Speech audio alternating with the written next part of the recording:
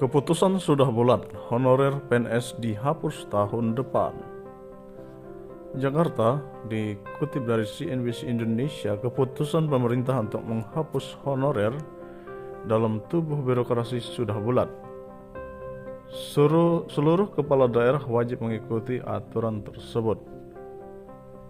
Mahfud MD, Menteri Koordinator Bidang Politik, Hukum, dan Keamanan, yang juga sebagai Menteri Pendayagunaan Aparatur Negara dan Reformasi Birokrasi, Menpan RB, ada interim, menjelaskan peraturan pemerintah nomor 49 tahun 2018 tentang manajemen pegawai pemerintah dengan perjanjian kerja atau P3K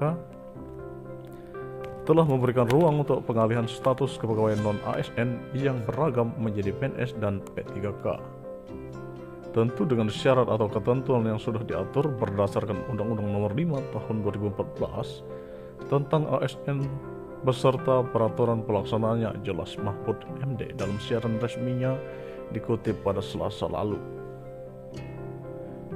Instansi pemerintah pusat dan daerah diminta untuk melakukan pemetaan terkait pegawai non-ASN yang bisa diikutsertakan dalam seleksi PNS ataupun P3K sesuai dengan ketentuan perundang-undangan.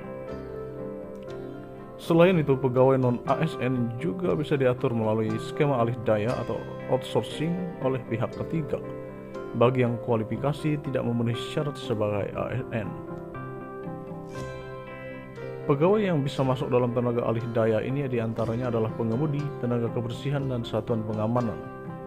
Skema ini dibuat untuk memberikan kepastian hukum, status kepegawaian, dan kepastian penghasilan. Menyusun langkah strategis penyelesaian pegawai non-ASN yang tidak memenuhi syarat dan lulus seleksi CPNS ataupun P3K sesuai ketentuan peraturan perundang-undangan sebelum batas waktu tanggal 28 November 2023, jelas Mahfud. Mahfud mengatakan bagi pejabat pembina kepegawaian yang tidak mengindahkan amanat peraturan perundang-undangan tetap mengangkat pegawai non-ASN akan diberikan sanksi berdasarkan ketentuan peraturan perundang-undangan. Pengangkatan itu dapat menjadi bagian dari objek temuan pemeriksaan bagi pengawas internal maupun eksternal pemerintah. Salah satu sanksi bagi pegawai PK atau kepala daerah yang masih melakukan perekrutan non-ASN berarti yang bersangkutan dipandang tidak melaksanakan kewajiban sebagaimana pasal 67 huruf B UU nomor 23 tahun 2014 tentang pemerintahan daerah, yaitu menaati seluruh ketentuan peraturan perundang-undangan. Di sisi lain, dalam peraturan pemerintah nomor 12 tahun 2017 tentang pembinaan dan pengawasan serta penyelenggaraan pemerintah daerah, pasal 36 diatur lebih rinci terkait sanksi administratif yang dapat dikenakan kepada kepala daerah dan wakil kepala daerah apabila melakukan pelanggaran administratif. Berdasarkan ruang lingkup pembinaan umum tersebut, kepala daerah yang melakukan penolakan terhadap penghapusan pegawai honorer dapat dilakukan pembinaan oleh Menteri Dalam Negeri selaku pembina umum dan lingkup pegawaian kepada perangkat daerah, jelas Mahfud. Namun sebelum itu dilakukan, pembinaan perlu dilakukan klarifikasi kepada kepala daerah yang bersangkutan.